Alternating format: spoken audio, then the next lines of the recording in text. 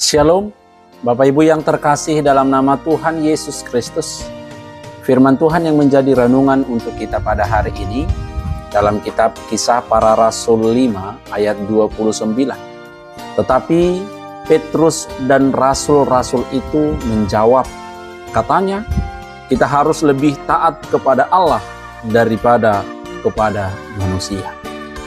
Bapak Ibu yang terkasih dalam nama Tuhan Yesus Kristus, kita mungkin pernah berada di dalam posisi sulit, di mana kita harus memilih antara menyenangkan hati orang lain atau menjaga integritas iman kita kepada Tuhan. Di dunia pekerjaan, pelayanan, bahkan dalam kehidupan sosial sehari-hari, kita sering diperhadapkan pada dilema moral. Kita kerap ditekan untuk berkompromi dengan ketidakjujuran, mengikuti arus mayoritas yang salah, atau menyembunyikan identitas iman kita demi keamanan diri. Maka lewat firman Tuhan kita hari ini, kita hendak diingatkan kembali akan teladan keberanian iman kita daripada keberanian para rasul yang dengan tegas menyatakan bahwa ketaatan kepada Allah adalah harga mati yang tidak boleh dikompromikan oleh tekanan manusia. Lewat firman Tuhan kita hari ini dan juga lewat respon berani para rasul ini, kita menerima pesan rohani yang sangat kuat dalam kehidupan kita sehari-hari. Yang pertama, ayat ini menegaskan kembali tentang kedaulatan Allah di atas segalanya. Otoritas Allah itu bersifat mutlak dan abadi, sedangkan otoritas manusia, baik itu pemerintah, atasan di tempat kerja, ataupun budaya lingkungan, bersifat terbatas. Sebagai orang percaya, kita memang dipanggil untuk menjadi warga negara yang baik dan menghormati para pemimpin kita. Namun, batas dari penghormatan itu adalah ketika perintah manusia mulai bertentangan dengan firman Allah.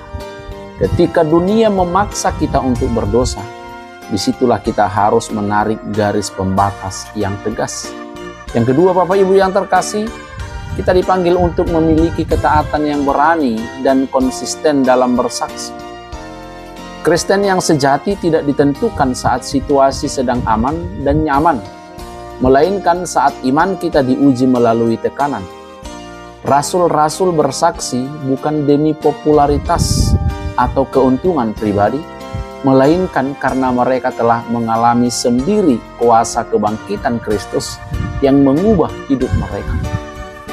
Pengalaman pribadi bersama Tuhan, inilah yang melahirkan keberanian supranatural, sehingga maut sekalipun tidak dapat menghentikan langkah mereka. Oleh karena itu, Bapak Ibu yang terkasih, apa yang mau kita lihat lewat perenungan kita hari ini? Mari kita kembali untuk merefleksikan ke dalam diri kita masing-masing. Di mana posisi ketaatan kita saat ini? Ketika atasan di kantor meminta kita memanipulasi data keuangan, atau ketika lingkungan pergaulan menuntut kita melakukan hal-hal yang mendukakan hati Tuhan. Siapakah yang kita takuti? Manusiakah atau Allah? Melalui renungan kita hari ini, mari kita semakin berkomitmen untuk menempatkan Allah sebagai prioritas tertinggi dalam setiap keputusan hidup kita. Jangan menjadi penakut di hadapan dunia. Pilihlah untuk setia pada kebenaran dan percayalah bahwa perlindungan serta berkat Tuhan selalu menyertai langkah setiap orang yang takut akan Dia. Amin.